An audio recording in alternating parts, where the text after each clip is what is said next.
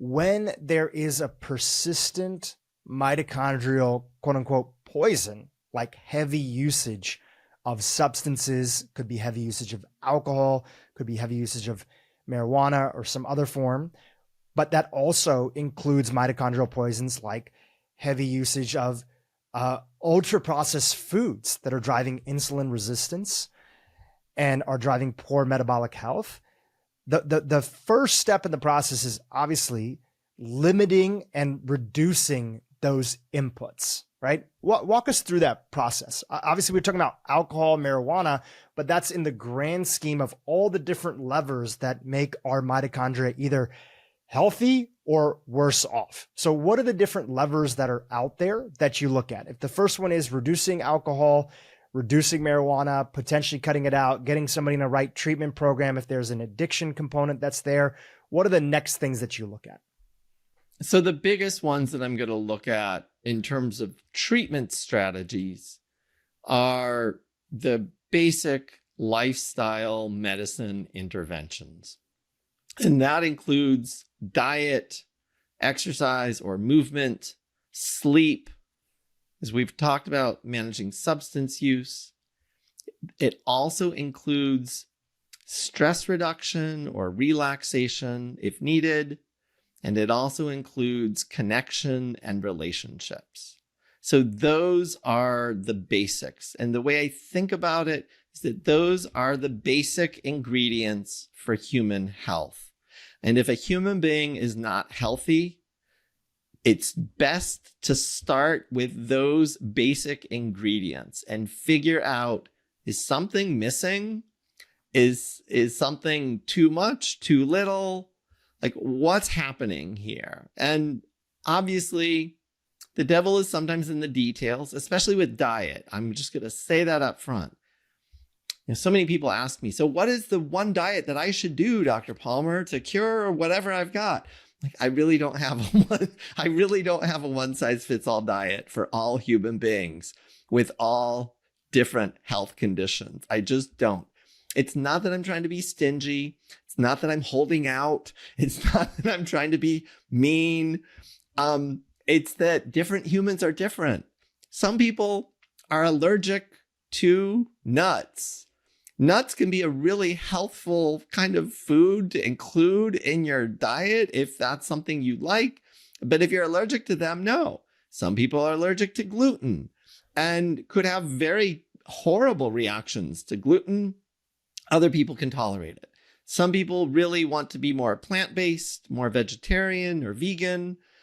I will work with those people. I myself am not vegetarian or vegan. I myself am an omnivore. I eat both animal-sourced and plant-sourced foods. But again, so lots of ways to think about it. Devil's in the details. And at the same time, this information isn't that shocking. Clean, like real food diet. That's the one prescription that I'm usually willing to give. Real food. Eat things that are real food. So stay away from the processed, ultra processed. If something has more than 4 or 5 ingredients in it, and especially if you can't pronounce some of those ingredients, maybe stay away from that food. Maybe try to go with single or 2 or 3 ingredient type foods. That's diet. Could I ask you one question about the diet before we go to exercise and sleep? Would you say that another principle along with it is that, yes, eat real food, stay away from ultra processed foods, stay away from things that have too many ingredients, especially the ingredients you can't pronounce. And largely, depending on the spectrum of maybe how severe your situation is and what people are going through, but that generally eating a diet that is going to be keeping your blood sugar and improving your metabolic health, especially from an insulin level, right? Which now that might be very complicated for people to hear, but if they're working with somebody or they're generally getting a sense, they're tending to move towards more of a diet that is not constantly throwing their blood sugar on a roller coaster. Is that another part of it? 100%. So the general rule of thumb is that I would say, if you are not mentally healthy and metabolically healthy. So we're looking for good mental health. So you're not having hallucinations or delusions. You're not having manic episodes. You're not having unrelenting depression and suicidality. You're not having panic attacks, like all of the absence of those things. You're generally happy, reasonably calm, feel reasonably safe. So if you have good mental health and you have good metabolic health, so blood sugar is absolutely part of that. Blood pressure is too. Lipids, triglycerides, HDL cholesterol, LDL cholesterol should at least be looked at. Abdominal obesity, all of those things play a role in your mental and metabolic health. They are markers of metabolic and mental health. If there are problems in those areas, I want you to assess these basic lifestyle strategies. If those things are not all perfect or in decent shape, you probably have some opportunities to optimize your health if you want to optimize your health. If you're really struggling and suffering, if you have low energy, if you do have mental health symptoms, you have an opportunity to dramatically improve your life by focusing on some of these lifestyle interventions to see if you can get them better. So one of the reasons that I'm unwilling to kind of give a one-size-fits-all prescription, as we discussed in the last episode, we don't need to go into a lot of details. The ketogenic diet, the epilepsy grade version of the ketogenic diet, which is different than the weight loss version of the ketogenic diet, that can be an extraordinarily powerful intervention for patients with severe brain disorders. The friends and colleagues and acquaintances that you just mentioned, who are all struggling with severe mental illness and haven't returned to their baseline, I would absolutely want to at least consider the option, consider whether they are a candidate for a ketogenic diet, and then talk with them about whether they might be willing to do it, and then help them, coach them, support them in their ability to do it. But the ketogenic diet can have a profound impact when the brain is harmed and malfunctioning. But does that mean I'm recommending the ketogenic diet to every human being on the planet? Absolutely not. I'm not. If you are following a diet and it is generally consisting of real food and you are generally healthy in terms of mental health and metabolic health, please, by all means, keep doing what you're doing. You are in the select elite group of people who are healthy. 93% of Americans have poor metabolic, at least one of the metabolic health markers, meaning metabolic syndrome, meaning they've got high blood pressure or poor lipids or high glucose levels or insulin resistance or abdominal obesity. They have at least one of those, 93% of Americans. So we have an epidemic of poor metabolic health, and coincidentally, at the same time, we have an epidemic of poor mental health too.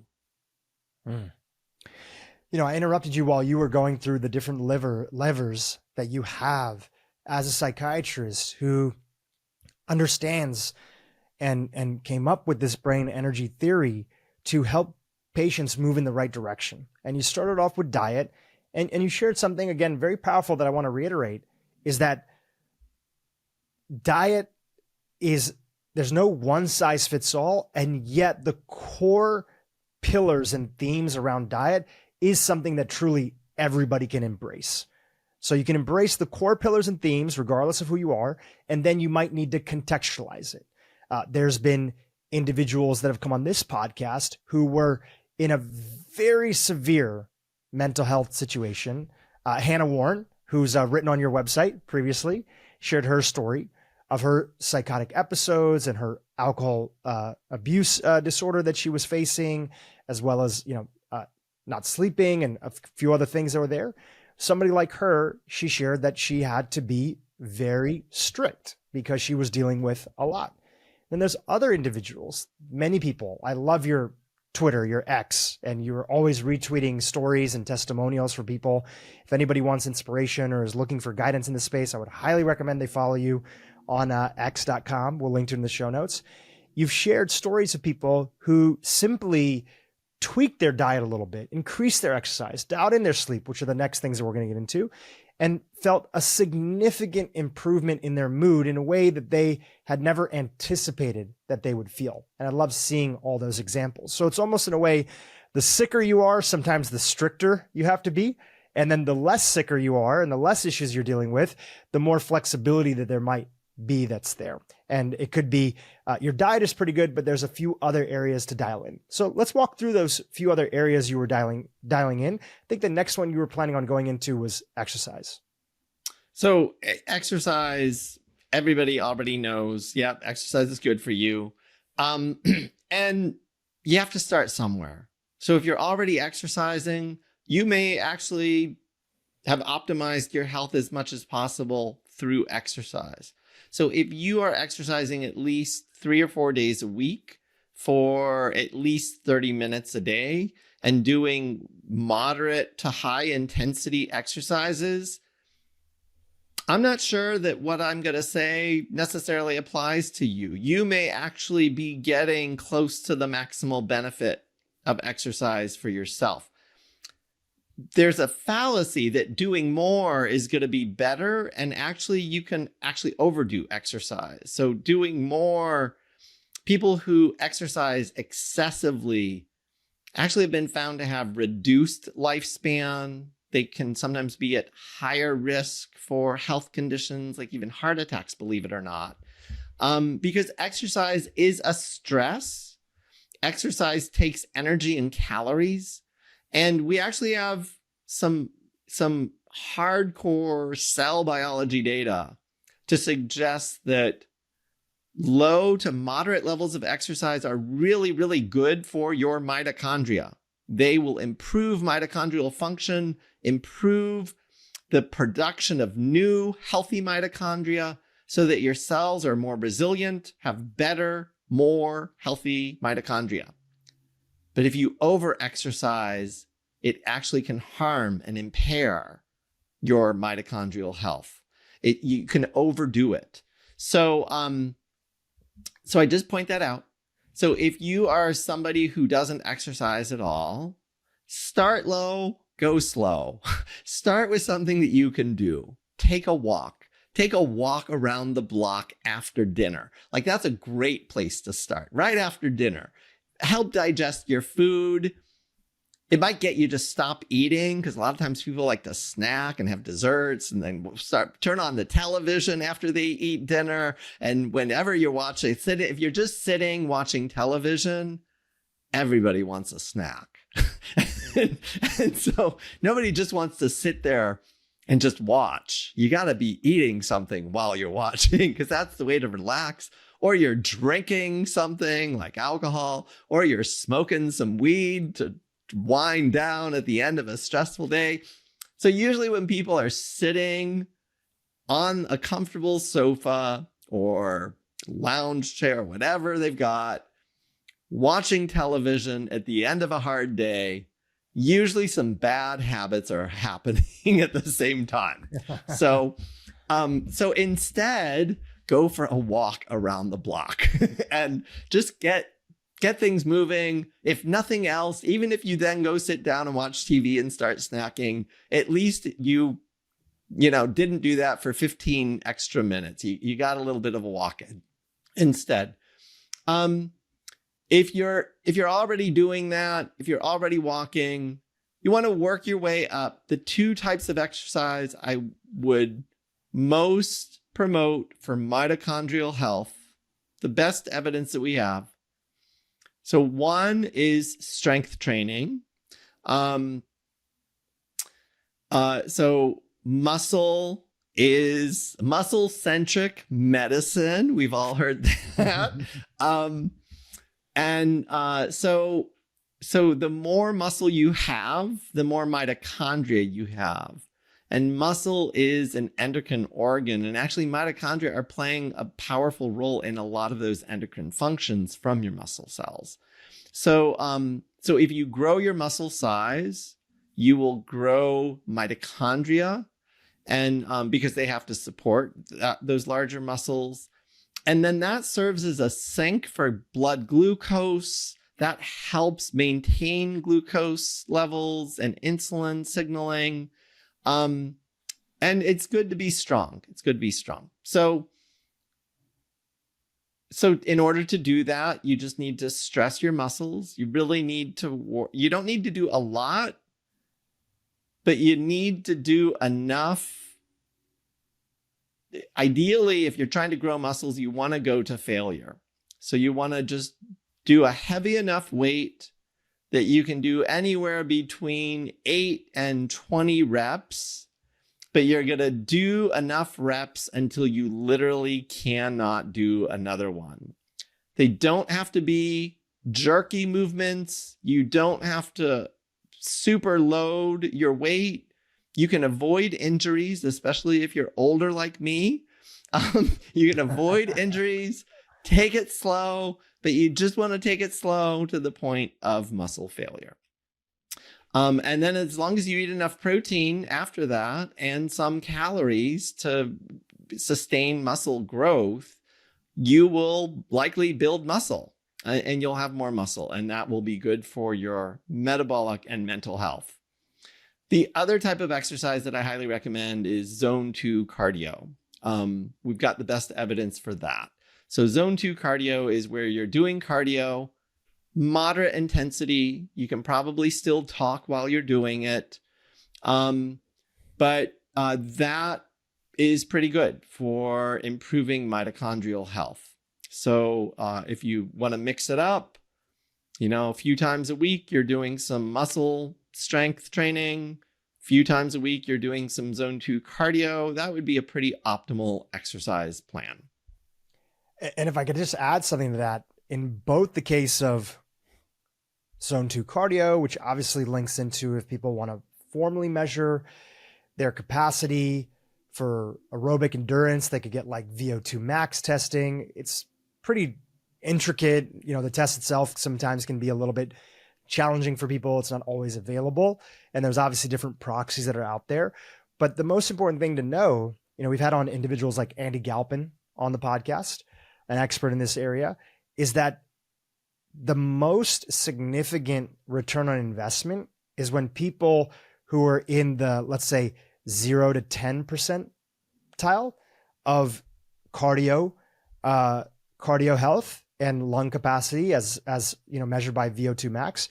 If they just got to 10 to 15%, they saw massive gains that are there. And why I'm bringing this up is that sometimes people will hear this and think that they have to be perfect, but any amount of physical activity, any amount of walking that you can add in, vigorous walking in the case of zone 2, any amount of resistance training you can add in, those things make a huge difference. In fact, there was a study that was just published in the International Epidemiological Association, and it was talking about a big cohort of, I think, like 200,000 American adults that were followed between 2004 up to 2019. And they saw that those who did any amount of weight training, and we'll link to the study in the show notes below, any amount of weight training, any amount of resistance training, compared to those who did none, like did none at all, the individuals who did a little bit of weight training had a 6% lower risk of all-cause mortality, an 8% lower risk of cardiovascular disease and mortality, and a 5% lower risk of cancer mortality. And of the people that they studied, 75% of the people in that cohort of 200,000 that they followed over those years, they were doing nothing. So you went from nothing to just a little bit, and you got all those benefits that were there. And so just a reminder for anybody who's listening, even a little bit makes a huge difference. It does. Yeah, as you said, especially if you're not doing anything, you don't have to be a bodybuilder or a slim model or whatever it is you think you're trying to strive for. All you got to do is just move a little bit to get massive, massive gains. You shared on our podcast last time your groundbreaking brain energy theory that argued that the vast majority of mental disorders are actually metabolic disorders of the brain. What's at stake if we don't fix our mental health challenges that we're experiencing worldwide? The tragic reality is that mental disorders are skyrocketing in prevalence. Over the last 25 years, rates of autism spectrum disorder have quadrupled in the United States. Rates of ADHD are up threefold. So they've tripled. Rates of overdose deaths and deaths of despair. So overdose deaths are up exponentially. Deaths of despair have more than doubled. And that includes statistics on suicide and substance-related deaths. Rates of bipolar disorder, largely thought to be a genetic disorder, have doubled in adults and are up exponentially among children and adolescents. Rates of eating disorders, anorexia, the kind where people are starving themselves to death, those are up exponentially over the last 25 years. And at the same time that the rates of mental illness are increasing, we are delivering more and more mental health treatments. Antidepressant prescriptions are up. We are doling out more antidepressants. We are doling out more antipsychotics. We are doling out more mood stabilizers. We are offering psychotherapy to more and more people. And the rates are going up and the deaths are going up. Something is seriously wrong, and we need a better understanding of what exactly is causing these mental illnesses. And more importantly, what on earth are we going to do about it? And how can we not only more effectively treat these disorders, but how can we prevent these disorders from occurring so much? So there is so much at stake for the world. I share statistics like that. I could get into the finances of that and why the finances matter. But if you or anyone you know has somebody suffering from one of these severe mental illnesses, you know that money is not the main point. These people's lives can be ruined. People are tormented day after day. Their families are tormented, seeing them tormented. Like, these illnesses throw family life into chaos. They cause divorces. They cause people to disown each other. They cause so much heartbreak and turmoil. We need better solutions. And the reason I get so passionate about this is because I think we have better solutions available today that most people are just completely unaware of. Well, we're going to get into some of those solutions, get a chance to build on our last conversation that we had together. Our last conversation had almost 1 million views, and it just shows how much that people are ready to not only hear this conversation, but how many people are searching for answers. And when it comes to searching for answers, there's a multifaceted approach, as you've shared about in your book and in your many interviews. And last time you were on the podcast, we talked about diet a lot, and we'll touch on diet today, but we're going to continue and talk about additional mitochondrial poisons that are out there that have been abused in society that are a factor in this growing mental health epidemic that we're seeing. In particular, I want to start off by talking about something you write about in chapter 16 of your book, which is alcohol and marijuana. Now, alcohol and drugs, marijuana being one of the biggest components of the drugs that are out there.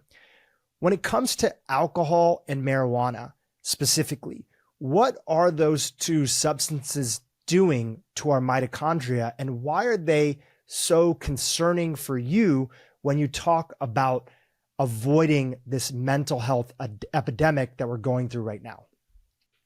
Depending on how much science you want to dive into, I can get really nerdy and really scientific fast. But the soundbite overview is that in different ways, both alcohol and marijuana are mitochondrial toxins.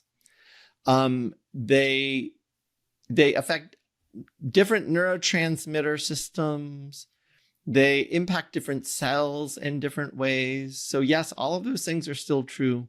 But if you really look at the hardcore science and what exactly are those neurotransmitter receptors doing inside that cell, and what does heavy alcohol use do? What does heavy marijuana use do? At the end of the day, they poison mitochondria.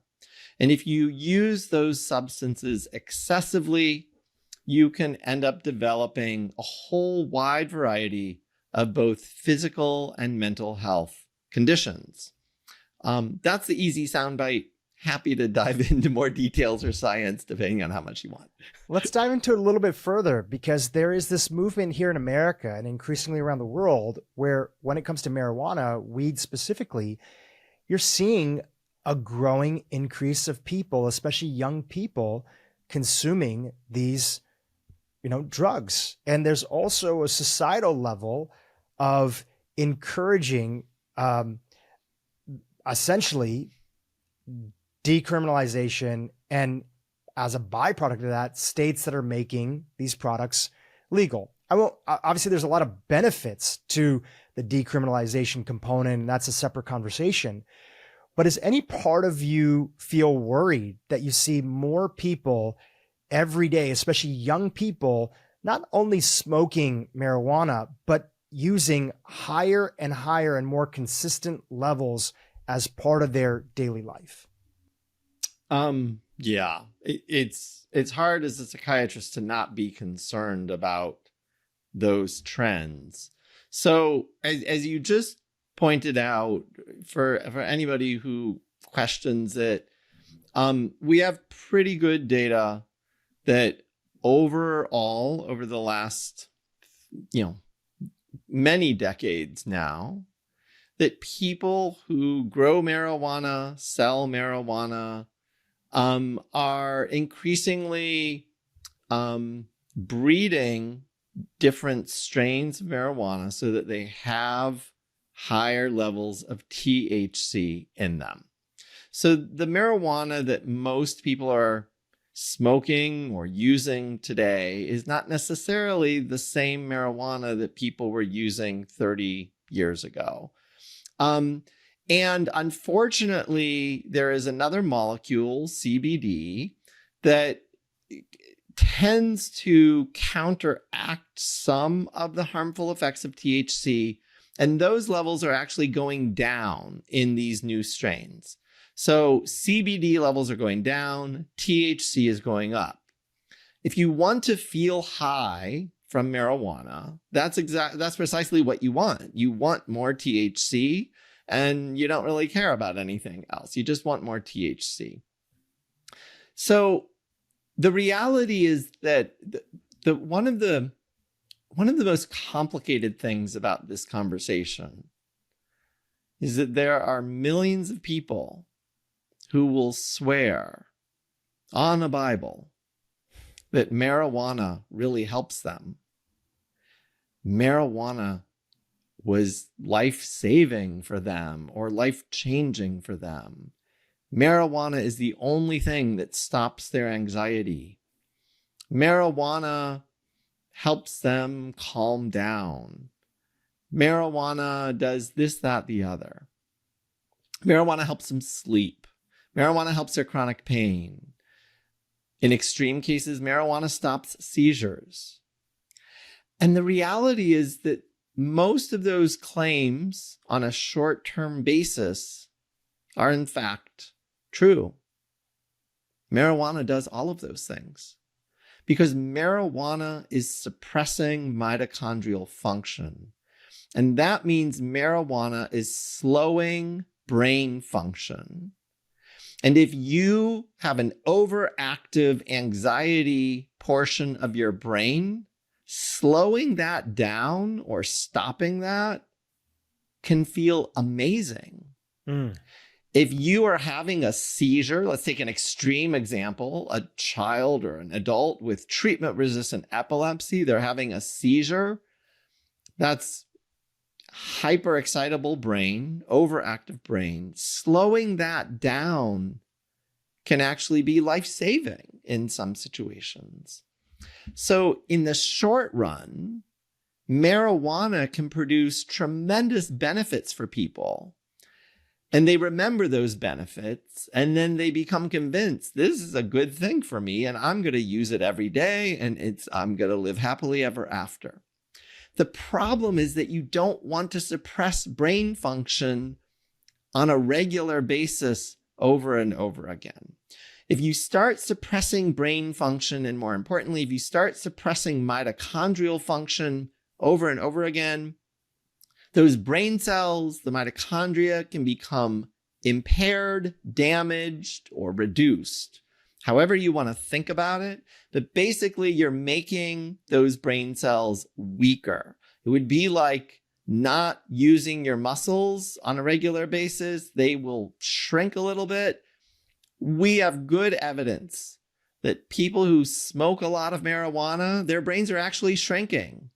So I'm not being figurative about this. I'm actually being literal about this. Marijuana, heavy use of marijuana over time will, in fact, not only slow brain function and suppress mitochondrial function, it will shrink brain regions.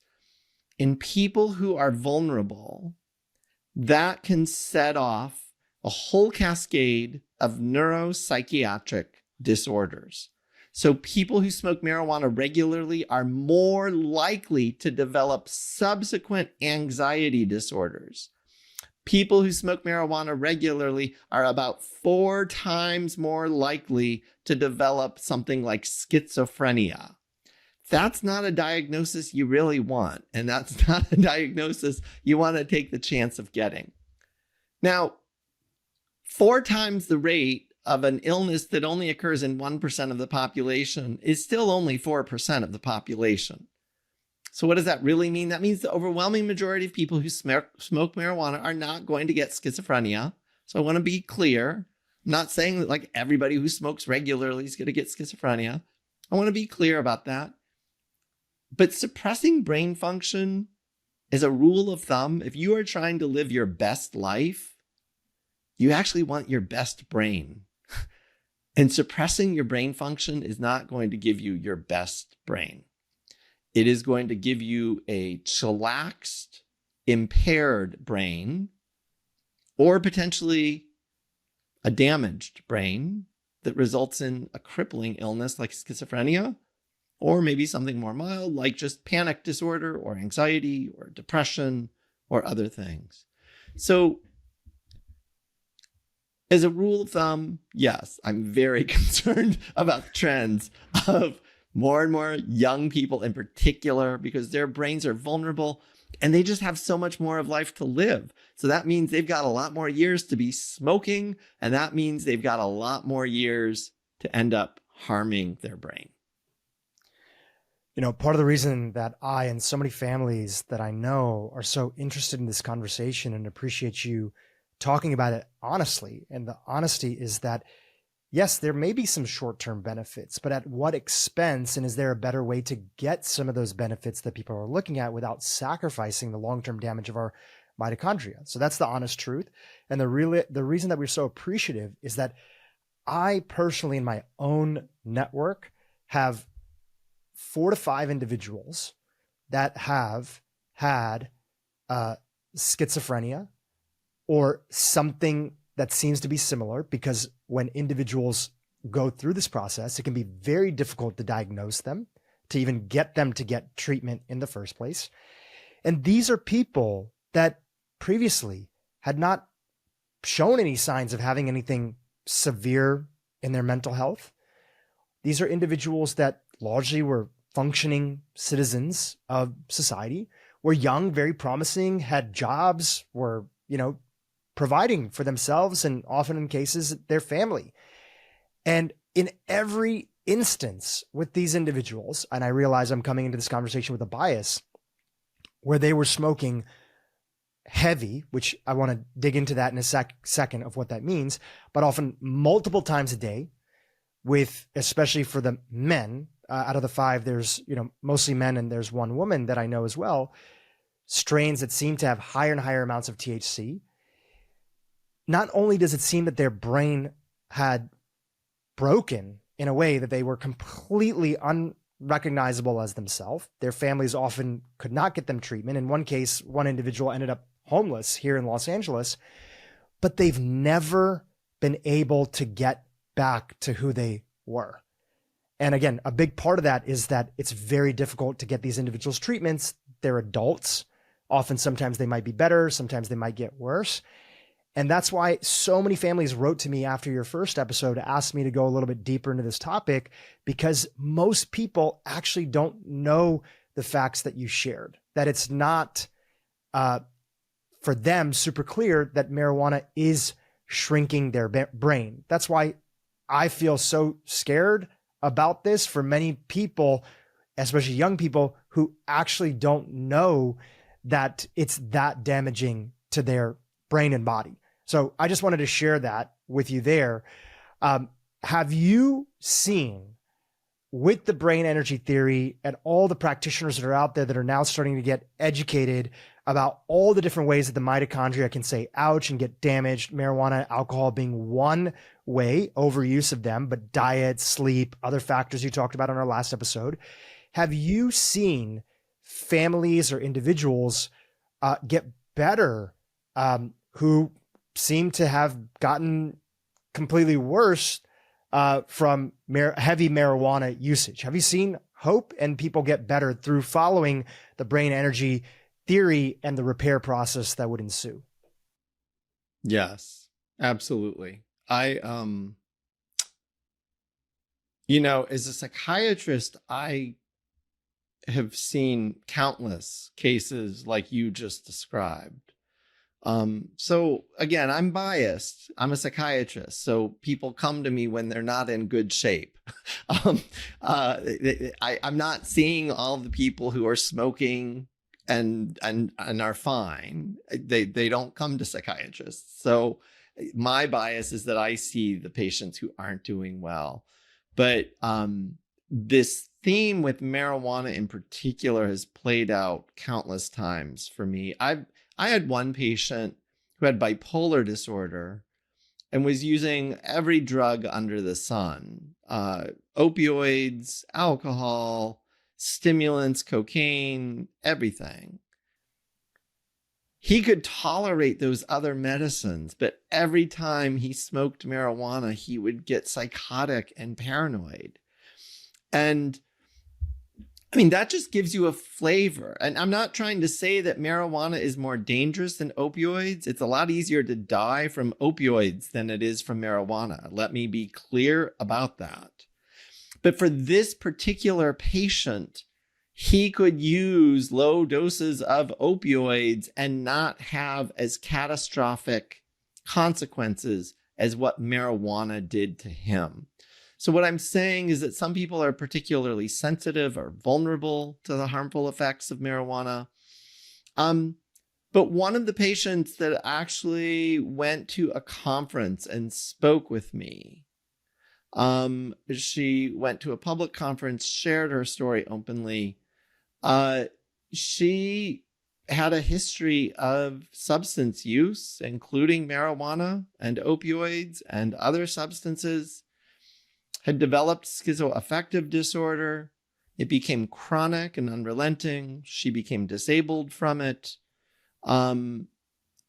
It was really a nightmare. She was in an abusive relationship. She and her boyfriend were homeless at one point.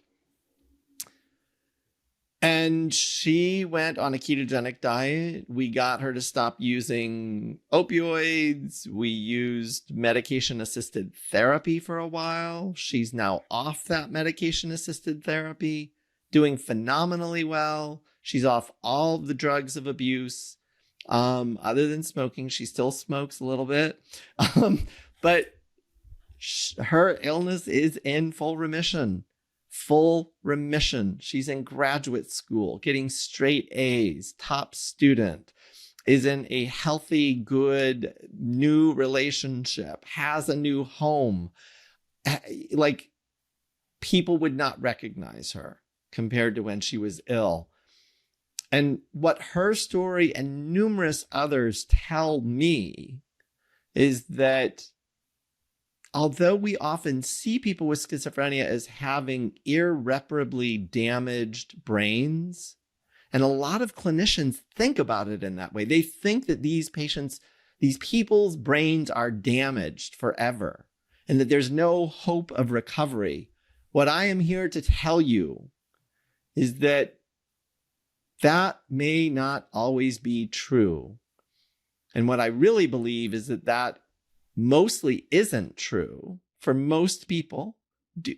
Now, am I being 100%? No, I'm not saying that people can't have permanent brain damage. I think they can have permanent brain damage. But I think the majority of people who are diagnosed with psychotic disorders like schizophrenia and bipolar disorder can, in fact, recover. And the only thing standing in the way is knowledge, information, support, and clinicians who can help them on that journey to recovery. You know, I want to ask you about something that I haven't seen you talk about yet, but maybe I've missed it on a couple of episodes that are out there. There have been a lot of anecdotal accounts that have been showing up of individuals who are severely overweight or obese, who have been using these GLP-1 and agonists that are out there, Wegovy, Ozempic, etc., that have seen a significant improvement in their mental health. And I want to get your commentary. I'm sure there's a lot of layers to it about the role of these drugs, not just in, weight loss, which a lot of people are debating and talking about and having conversations on, but specifically as potentially one tool in the toolbox as it's related to mental health. Would you mind chiming in on that? Yeah. So, this is a really controversial area. There are a lot of fitness gurus and diet gurus who are really kind of against the GLP-1 receptor agonists. And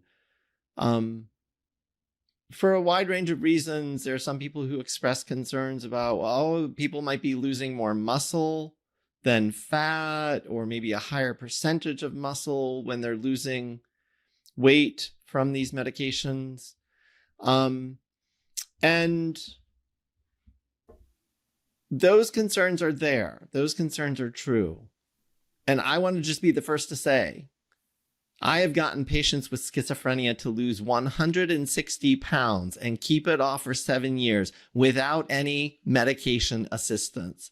So my first go-to is not to put people on medications to help them lose weight. My first go-to is lifestyle strategies, because I know they can work.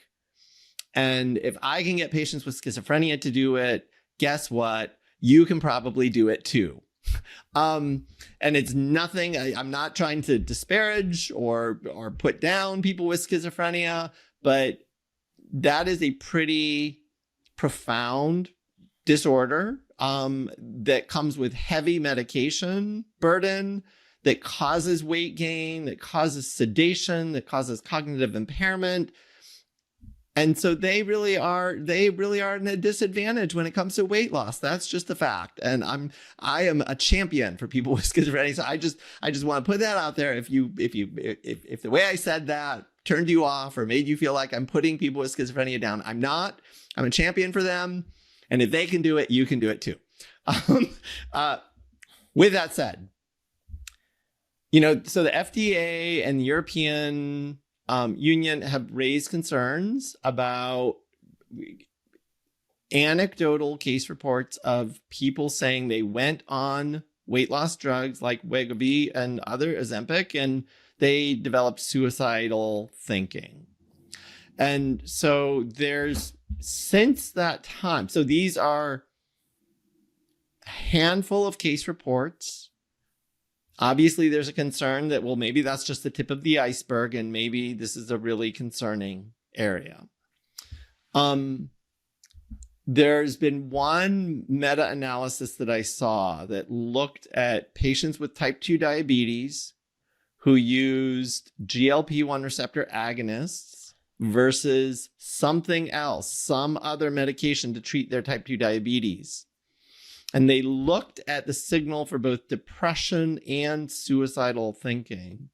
And in fact, in that meta-analysis, patients who were prescribed GLP-1 receptor agonists had lower rates of depression and lower rates of suicidal thinking than patients who were prescribed other medications for their type 2 diabetes. So that meta-analysis says, it doesn't say that these anecdotal cases aren't true. Patients can use antidepressants, and 90% of patients who use antidepressants might say, this is really helping me and it has reduced my suicidal thinking. But other patients using antidepressants can say, this caused all sorts of horrible psychiatric symptoms in me. It caused suicidal thinking in me. And both of those statements can be true. Some people can benefit from medications, even though other people might be harmed by them. And I think that we need to remember these nuanced kind of perspectives when we're talking about medications. Again, everybody wants the simple answer, like, give me a yes or no, Chris. Is it yes or is it no? And I'm like, well, really depends. I can't give you a yes or no. And if you go on this medication and start having suicidal thoughts, stop it. Let's just use some common sense, maybe. These medications are the biggest area of interest is these medications for addiction. So substance use disorders, alcohol use disorder, but cocaine, smoking cigarettes, marijuana dependence, opioid dependence. We actually have clinical trials underway for all of those right now because there are animal models showing that GLP-1 receptor agonists reduce reward cravings for substances of abuse. Some think that might be how they are reducing weight, is that they are reducing the rewarding effects of food and or the craving for food. And at the same time they're doing that, it's the same pathways in the brain. At the same time they're doing that, they might also reduce cravings for nicotine or alcohol or cocaine or other substances. So those trials are underway. We have lots of anecdotal case reports. The New York Times did like a front page story of people went on Wegovy for weight loss and they kicked their alcoholism. They overcame their alcoholism. They hadn't planned to, they didn't intend it, but they just noticed, wow, I'm not really wanting to drink that much anymore. What happened? I used to be such a heavy drinker. And there are trials of GLP-1 receptor agonists for severe mental illnesses, bipolar and schizophrenia. I think a lot of people are really interested in them more from can they prevent the weight gain and the other metabolic side effects of the medications that we commonly prescribe patients with those disorders. But increasingly, there's reason to believe that if the GLP-1 receptor agonists are in fact helping to improve metabolism, that they may actually improve brain function as well. These medications are unequivocally impacting mitochondrial function.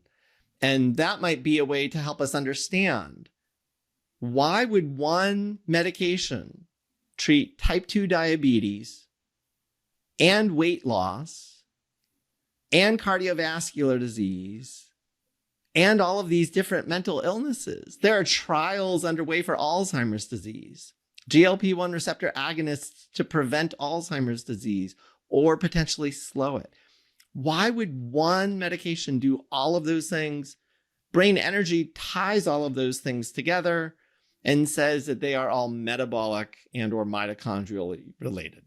So if I'm hearing from you correctly, it's that we have to keep an open mind that just like other interventions that might be there, that this could be one tool in the toolbox to help us deal with this sort of very advanced stage we're in, where people have all sorts of different addictions.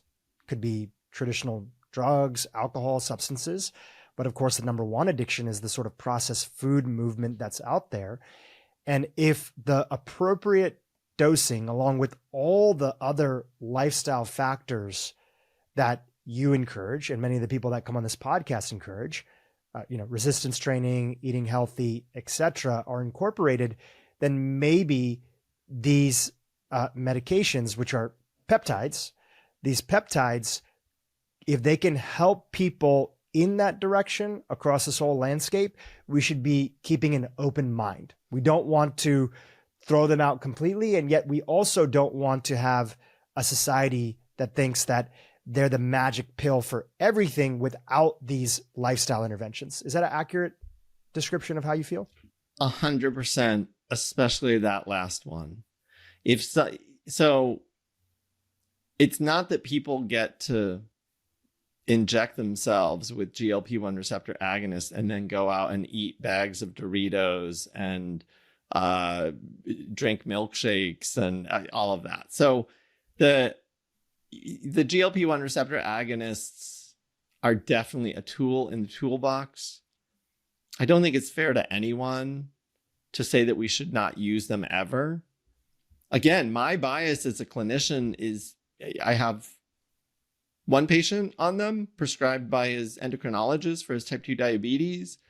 But as a rule of thumb, I'm not using it for my other patients, and I'm helping most of my patients lose weight and keep it off and do it pretty effectively.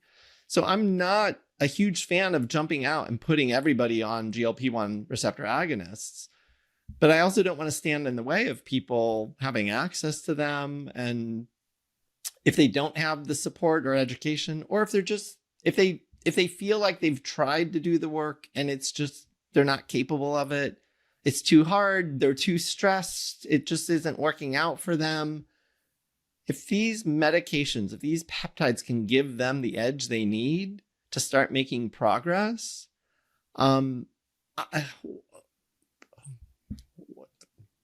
almost want to say who would be opposed to that, but obviously there are a lot of people opposed to it. So, but let's promote human health with whatever tools, resources people need.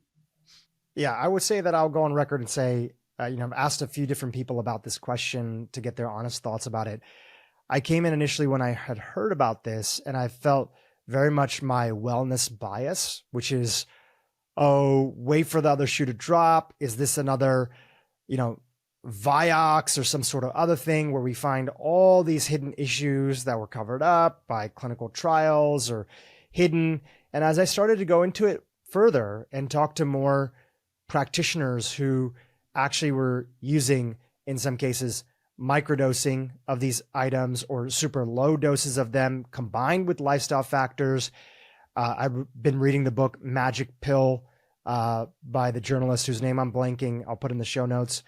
I started to realize that, one, these drugs have been used for a long period of time with diabetes, individuals who have been facing diabetes. They are first and foremost peptides, no different than a lot of other peptides that the wellness community might be excited about for their potential therapeutic usages in some instances. And that, we don't have to have the extremes. One extreme being, lobbyists and drug companies saying we need to have kids on this from the time that they're young and then never take them off, because when people go off, they gain back all the weight when it comes to, let's say, the obesity, crisis, if they're not doing all the other lifestyle factors. And then the other extreme being, you should never touch them at all. It's cheating, or there's going to be all these other risks that are going to come up. And the truth seems to be somewhere in between. So I appreciate you sharing your honest thoughts on it, because I think a lot of our audience is trying to figure things out and is just paying attention to make sure that they're educated and know to ask the right questions if they are an individual that's potentially seeking some of the usage of these things out. But like you said, there's so many layers that are there, and finding practitioners that are open-minded that would work with you. And most importantly, that would never forget to make the lifestyle factors a primary focus to actually give them the best shot. Yeah. So especially when it comes to kids, let me give one obvious kind of qualifier to this. So I am of the belief that ultra-processed foods contain ingredients, chemicals, something. They contain something that is probably not good for human health. And probably a lot of things. It can't be narrowed down to one thing, and that's what makes it so difficult to tease apart and figure out. But that is just, it's a belief. Do I feel like I can say that with certainty and back it up with scientific evidence? Nope, I can't. We can back it up with epidemiological evidence that people who consume more ultra-processed foods have worse health outcomes, both physical health and mental health outcomes. So that's about the strongest evidence we've got right now. We've got some animal model data that says that when you expose animals to certain ultra-processed foods, they can gain massive amounts of weight pretty rapidly. They can develop all sorts of problems, including Alzheimer's-like plaques and all sorts of things. But then again, the hardcore scientists will say, well, that's an animal. That's not the same thing as a human. So I'll just say my belief is that ultra-processed foods contain things that are harmful to human health. And the best way to avoid those diagnoses, whether it's obesity, diabetes, cardiovascular disease, or mental illness, is not to go on a GLP-1 receptor agonist and keep eating your ultra-processed food. The best way to avoid it is to avoid ultra-processed foods. And so the way that I would stage the intervention, in particular with a child, is step one is we're getting rid of the ultra-processed foods. They're going out of the house. I'm going to do all the other lifestyle stuff. Are you getting enough sleep? Are you on your screen all day? Are you playing video games all day? Do you have any real friends? Do you ever see these real friends? Like, I'm going to do all those things as well. So it's not just diet. I'm going to do the comprehensive, common sense lifestyle intervention, which I say it's common sense. I'm not saying it's easy. When you have families who've been doing this for years or decades, these are hard changes to make. I get it. But that's where I'm going to start. Now, if the kid, the family are really putting their best effort forward, they're trying to eat real foods, they're doing their best, and they just cannot seem to do it. They just keep, they make progress, but then they fall off the wagon. They make some more progress and fall off the wagon and make progress. The GLP-1 agonist might be the thing that gives them the edge to stay on the wagon, but they still have to get on the wagon. And that wagon is you're avoiding all this bad food. You're including these other lifestyle interventions. You're getting good sleep. You're trying to reduce your screen time. You're getting some movement or exercise in. And that's where I would start. But I do want to say that for the record. I do not at all endorse people taking GLP-1 receptor agonists and keeping their diet just the same, and simply eating less of it. The food itself actually matters. It's not just calories. It's more than, yes, calories are a part of it, but it is more than calories. Kevin Hall did a study. When people were given ultra processed foods, they ate like on average 500 more calories. It's not because the foods are so delicious. I think it's because the foods are disturbing normal hormone signaling and other metabolic signaling and brain function.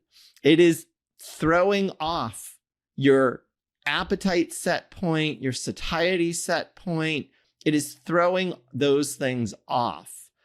And that is why they're consuming 500 more calories. It's not that they're gluttons and they just can't resist the delicious taste of the ultra processed foods. Is that the ultra processed foods are influencing human biology. And the solution to that is to avoid them, not eat less of them. That's well said.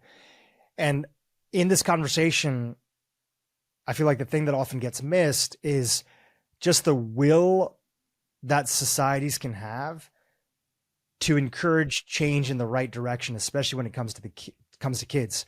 Mr. Hari, the gentleman that wrote the book, The Magic Pill, inside of there, one of the chapters, he talks about what happened in Japan in, I believe it was like 2008 or somewhere around there. There was an uptick in obesity rates amongst the population, but in particular about kids. And in society, we wrote a whole newsletter about this, but I may have the statistics wrong, but it's something like this. The obesity rates went from like 3.8% to 4%, like a very slight increase. And Japan as a country had a national freak out. They said, holy smokes, this is heading in the wrong direction. We need to do something about this. So there was all these laws that were passed. And one of the first things they did is they banned processed foods in all schools in Japan. Processed foods were banned. And they mandated, said every school has to have a dedicated nutritionist on staff, and all meals must be provided to students from scratch every day, not from ultra processed foods. Along with that, there was a few other controversial laws they ended up passing. One of the laws that they ended up passing was that companies at a certain size and level had to support their staff and their employees in making sure that their weight did not increase over a period of time. Something like this probably wouldn't fly in the United States. And if an employee's waist circumference and weight headed in the wrong direction, they had to assign them a nutritionist and give them, kind of like a coach to help them move in the right direction. And as controversial as that sounds, and again, I'm not necessarily recommending this, I'm just saying the will of the people, a lot of employees in surveys said that they appreciated these efforts of the companies helping them, because if they were left to their own devices, they might have felt like they would have headed in the wrong direction. So it just shows that if we used some of this energy from our industrial war machine that seems to have endless budgets every single year, and we actually supported kids at an early age with the right food and education, what would be possible for us as a society? I think it's worthwhile to at least have that debate here in this country. Absolutely. I agree. And I'm actually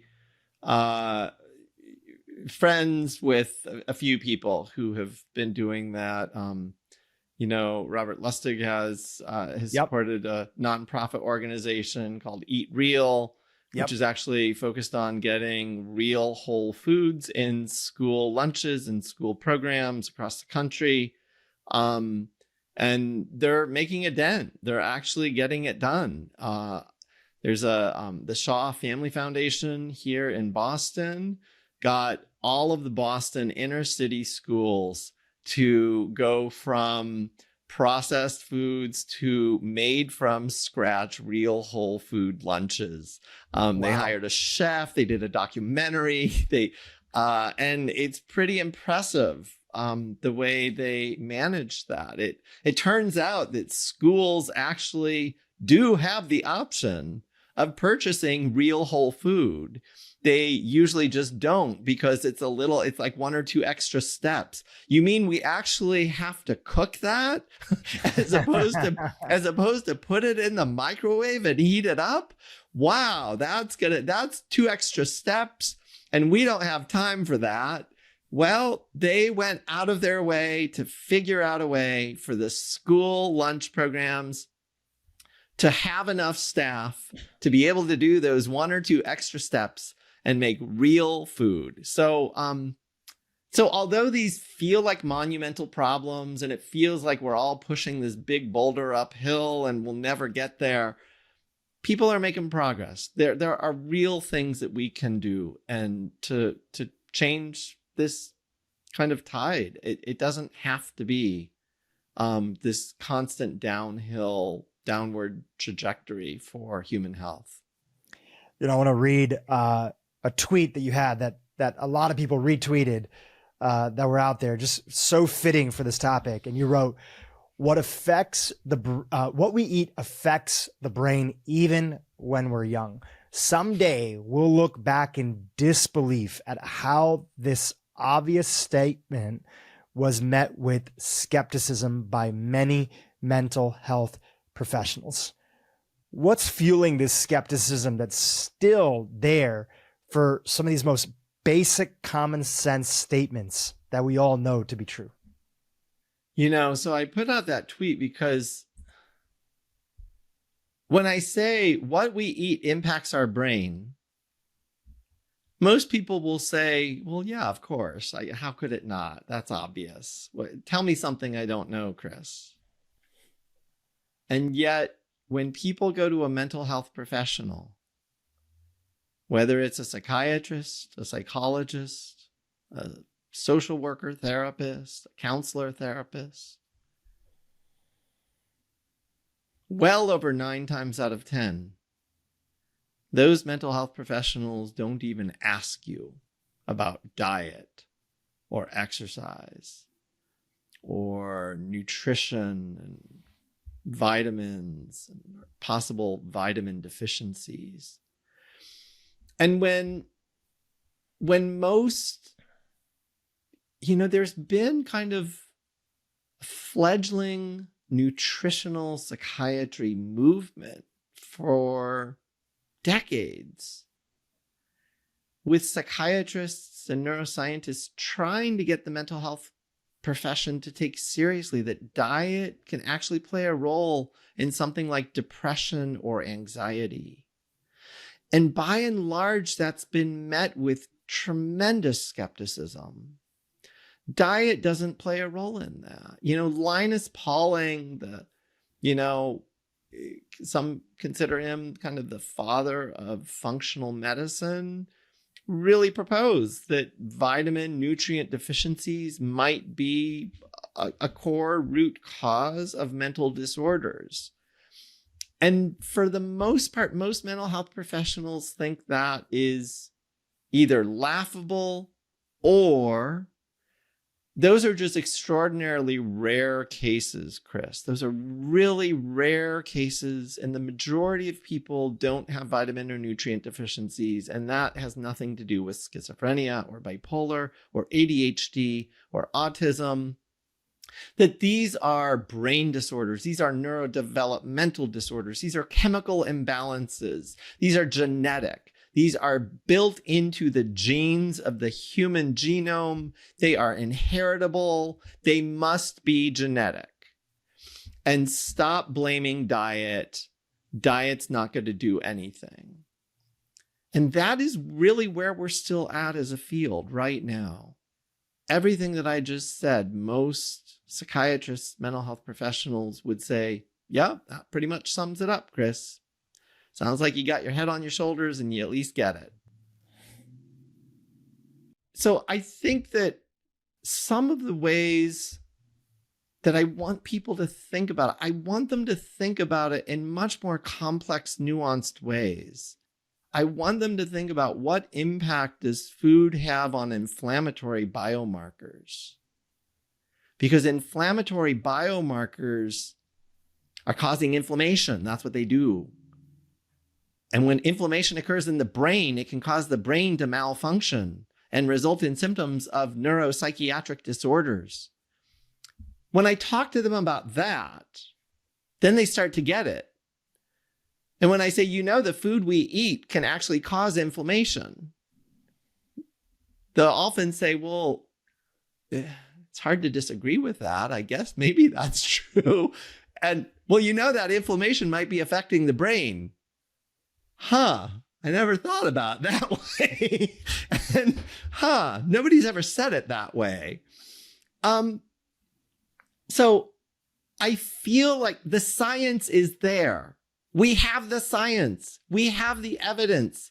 It's just that we have to draw from so many different fields. And most professionals do not understand metabolic science. They don't understand diabetes, biology, and pathophysiology. They don't understand the pathophysiology of obesity. They don't understand the pathophysiology of cardiovascular disease. We need to put it all together. And when we put it all together, it starts to come together. And we start to see that actually what we put in our mouths does influence metabolism broadly. It influences not just inflammation, but insulin signaling and glucose levels, nutrient deficiencies or nutrient, just balanced nutrients. There are so many ways that diet can go wrong. So again, I don't have the simple, easy, okay, everybody follow this one strict diet that I'm going to outline for you and everybody will be fine. No, it does. Humans don't work that way. And let me give you an easy example of why that is. Infants need breast milk. They do best on breast milk. Young children don't necessarily need breast milk anymore. Adults should not be drinking breast milk. They all need different diets. They're all human still. So, and then again, as I mentioned before, different people have different sensitivities, allergies. They have different health conditions. They do come to the table with different genetic predispositions. So we need a little bit more nuance. But at the end of the day, it's as simple as what we talked about before. Look at your mental health, look at your metabolic health biomarkers, some basic ones. If those things are all in a good place, then whatever you're doing is great. Just keep doing it. And if those things are in a bad place, you're getting an alarm. It's kind of like you're in a car and the light is on. The warning light is on, warning you.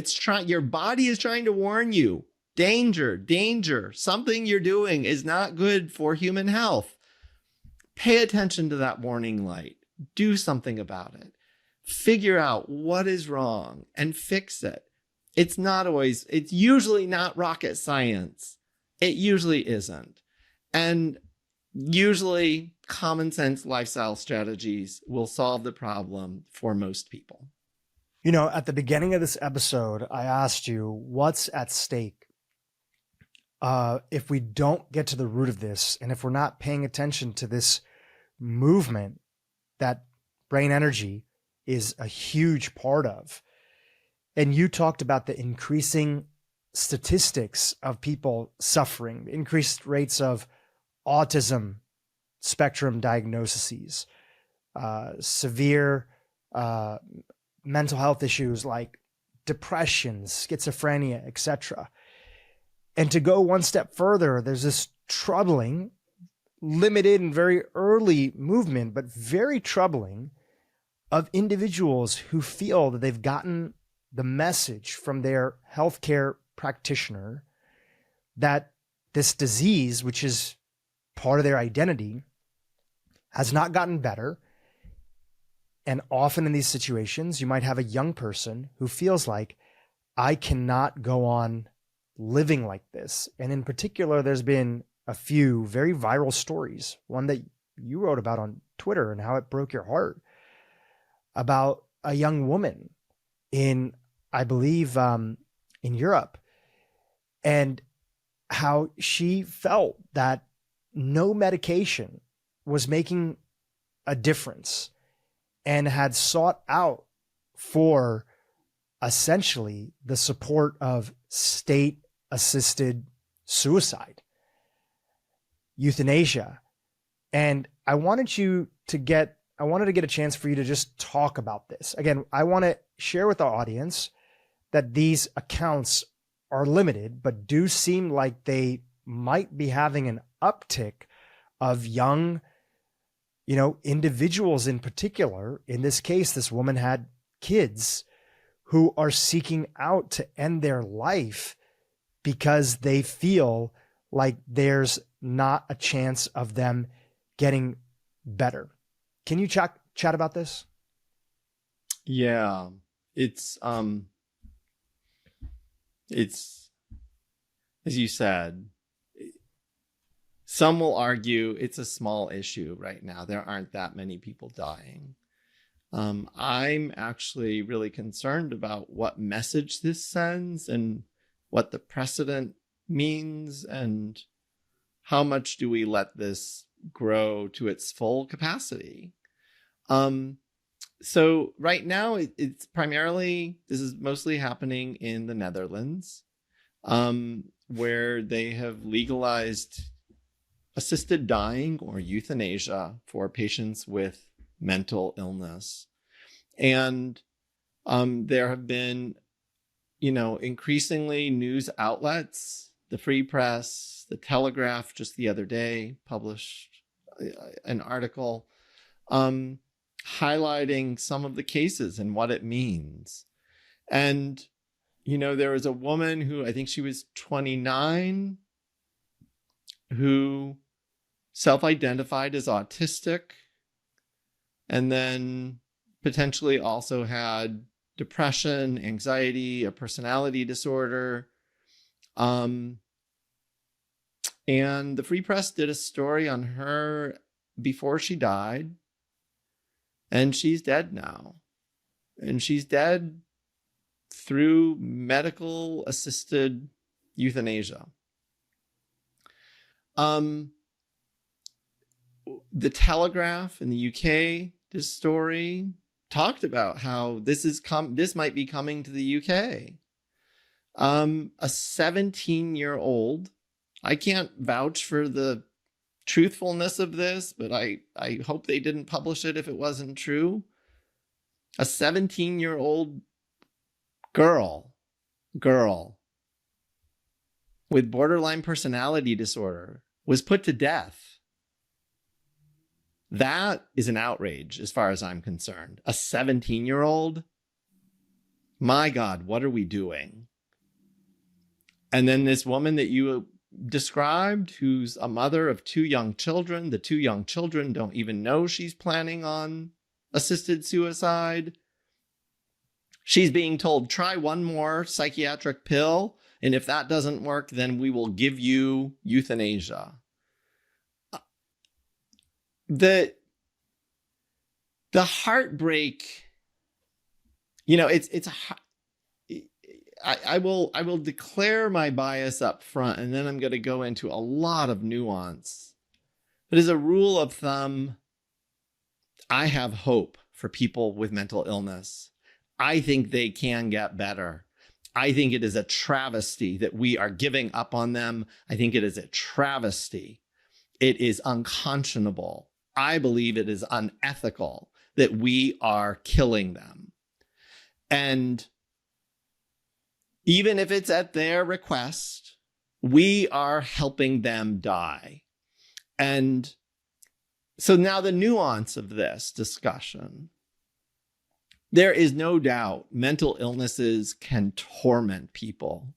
Mental illnesses can make their lives unbearable, can make their suffering unimaginable to people who have never experienced it. And that suffering, when it occurs day after day, week after week, year after year, can become intolerable. And I fully understand how people can be pushed to the decision that I would be better off dead than alive. So I get that. That's one perspective.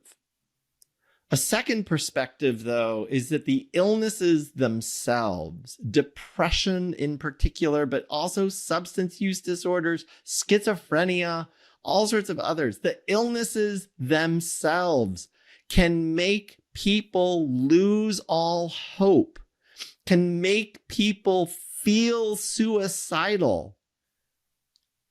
I've had patients even say to me, I don't know why I keep thinking about death. On the surface, I have a decent enough life, but I just am plagued by thoughts of dying and wanting to kill myself. Patients with schizophrenia, may say, I don't want to die, but the voice keeps telling me to kill myself. The voice is doing it. So in some cases, the symptom of the illness itself is hopelessness and suicidality. And I want to be clear, we should never confirm that belief. We should never collude with that. We should never enable that belief. That is a wrong belief. Their brain is malfunctioning. Their brain is tormenting them. And we, society, people who love them, people who care about them, people who are trying to help them, we should make very clear and unequivocal, this is your illness. This is your brain doing this to you. This is not you. This is not a rational decision. This is not a good decision. I can't, I can understand how you're tormented by it, but I'm not going to collude with this. I'm going to get you better instead. And I'm not saying we're just going to ignore them and turn them out to the street and tell them to suffer relentlessly and leave them alone. No, they desperately need help, and we need to provide good interventions. The great news is that we've got a lot of interventions available today. So one, standard treatments do work for people. People can get standard treatments, but we've got new cutting edge transcranial magnetic stimulation therapies like the SAINT protocol out of Stanford, which does very focal, targeted transcranial magnetic stimulation. You're still awake while they're doing it, but it's specifically targeting one brain region. People can go from suicidal to not suicidal in less than 24 hours. Ketamine for some people can do the same thing. Psychedelics can do that thing. And obviously the work that I've been doing is with ketogenic diet therapy. Ketogenic diets can take people who have severe crippling disorders that leave them chronically suicidal. And I can't even tell you how many patients I'm aware of. People who are sharing their stories very publicly. I've shared some of them very openly, all for free on the Brain Energy website and others.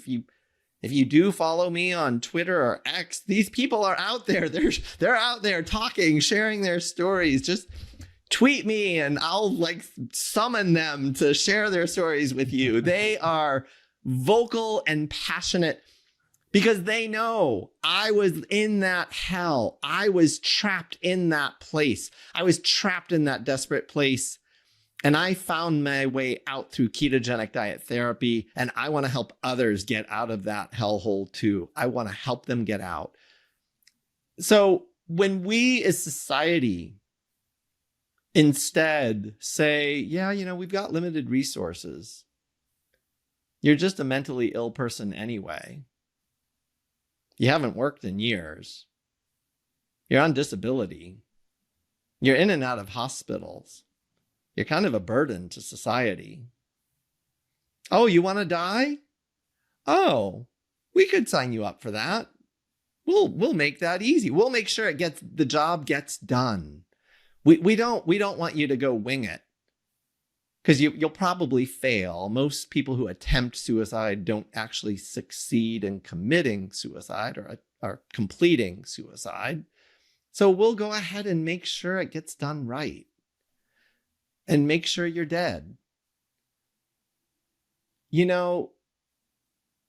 People with mental illness are sometimes the most vulnerable citizens in society. They are beaten down. The stigma against them is profound. They sometimes have no self-respect or a sense of self-worth. And again, some of this is their illness does that to them. Some of it is just a reality check. And then the way that people get to mental illness, some of them have been abused and neglected and raped and drugged and everything else. So they already come to the table vulnerable and weak. And we're just going to put them to death. And although it is primarily happening in the Netherlands, the UK is entertaining it. The UK is using terms like terminal anorexia. The United Kingdom is telling some patients with anorexia nervosa, you've tried enough treatment. You haven't gotten better. I think we're done. You're going to die. And we will put you on hospice care or palliative care. But we're not going to really try that hard anymore to get you better because you have what we are calling terminal anorexia.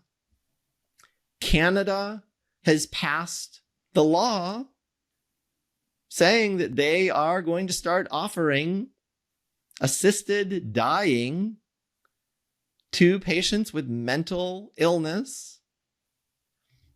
They have not yet implemented it. It was supposed to be implemented, I believe, in March of this year, and they delayed implementation because they are trying to round up enough psychiatrists who are going to sign on the dotted line for these people to die.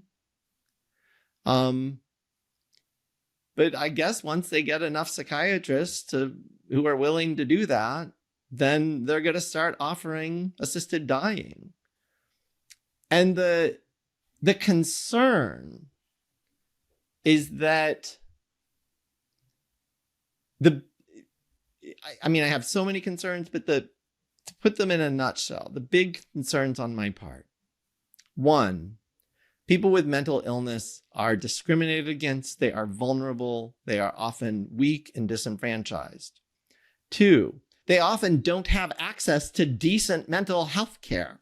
It is not fair. We're not even trying. We're not even giving them a fair chance to get better because they're not even getting decent traditional mental health care. The next one, we've got a lot of emerging treatments. And I obviously am a passionate believer in the brain energy theory and the metabolic theory of mental illness that comes with some common sense, very low cost, sometimes free interventions. We could be getting people with schizophrenia better with very low cost interventions like a ketogenic diet. Like that doesn't cost a lot of money. Antipsychotics cost tens of thousands of dollars. This is relatively low cost. Now, the SAINT procedure, the TMS, that's very expensive. But if it saves a life, I'm all for it. We spend that kind of money when people are having heart attacks and strokes.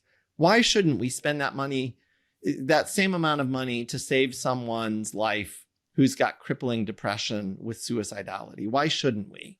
Their life is just as valuable as another person's.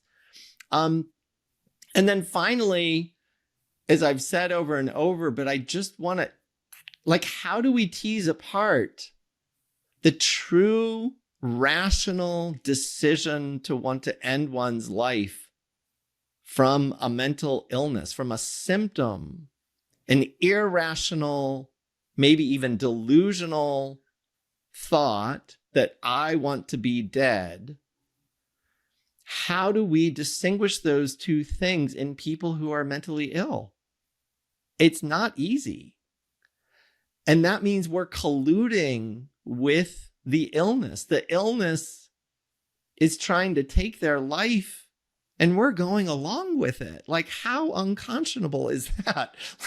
Why would we do that? Why? We should be fighting for these people. We should be saving them. It would be like saying oh, well, somebody came in with cancer and their cancer's trying to kill them. So we're just going to help it along. The cancer's trying to kill them anyway. That's nature. That's natural. So the cancer's really trying to kill them. So yeah, and they're getting kind of weak and beaten down and worn down. So we'll just go ahead and give them a lethal injection and call it a day. It feels similar to that when patients have severe suicidality, recurrent suicidality, a lot of times that's a symptom of their illness. And we should be fighting it just like we fight cancer. We should be trying to save people's lives, not surrendering and helping it along. Well, Chris, I super appreciate you commenting on that, because as you've mentioned, and I mentioned too, even though these numbers of these incidences and reports are quite low, they're very troubling because they're part of this greater trend towards an acceptance of the status quo. The status quo is that things are bad, they're going to continue to get worse, and for some people, they're never going to get better. And that, unfortunately, is the belief of a lot of people that are out there, and many, as you've addressed, unfortunately, that are part of the larger medical system, and not out of malfeasance often, although some of that may exist, out of lack of awareness that there's a different way of treating and getting these patients help. And if we don't, as a society, help spread the message of what's possible, and that by returning to many of the natural rhythms, dietary wise, sleep wise, community wise, support system, church, whatever that might be for somebody that's out there, avoiding and minimizing substance abuse. Many of the key basic principles that you talk about and go pretty deep into your book about, that simply by returning to these principles, that we could actually get people healthy, that we could get people feeling better. And you have many cases of those, and you've inspired a movement of many of those people sharing those cases online, that if we don't acknowledge that that's possible and that's happening, we are letting people believe that there is no hope. And that's not a world that I want to live in. And I know that's not a world that you want to live in, where people don't feel like they have hope. And I know that's a world that our listeners today don't want to see unfold. So, Chris, I want to acknowledge you for all your work to help us avoid heading in that direction and to peel us back from a lot of the society that is unfortunately set up to maintain the status quo, that people are unhealthy, that people have severe mental health disorders, and there's nothing that you can do. It truly is a fight, and it's a noble fight, and you're helping us lead it. And by you coming on the podcast today and diving deeper into many of these questions that our audience had from our first episode, you're empowering this army that's here to support you and many other practitioners that are raising awareness. So I want to thank you and acknowledge you for coming back today and for putting in all the effort that you continue to put in on a regular basis. And I know you have a lot of support around you to showcase that there's a different way of going about things. Chris, thank you so much for being back on the podcast today. Brain Energy, the book is still out there. It's been translated in many, many, many languages. I've lost count, actually, of the total. What's the count today of how many languages? They're not all released, but I think we're up to 11 different languages that it will be translated into. So, yeah. Oh, that's amazing. And if you are listening abroad, which we had many people listening before, we'll link to your website, the Dr. Chris Palmer website, where they can find those languages that the book may be in. Chris, anywhere else that you want to send our audience who's listening today? Yeah, if people want to go to brainenergy.com, we've got a newsletter for free. We've got a lot of information. There are articles there, and you can help us build a movement to improve mental health care. We are really looking to gather people together who are passionate about doing something about this. It is a massive uphill battle. So please join us if you're interested in this. If you or someone you know has a mental illness and they aren't necessarily getting better and you want better treatment for them, join us, because we've got a lot of work to do and there's a lot at stake. And the only thing standing in the way, it's not knowledge anymore. We have treatments. We have knowledge. The thing standing in the way are resources, political will.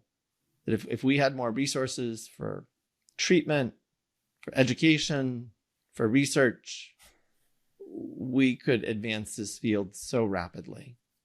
And, people got worked up about breast cancer, and they did something.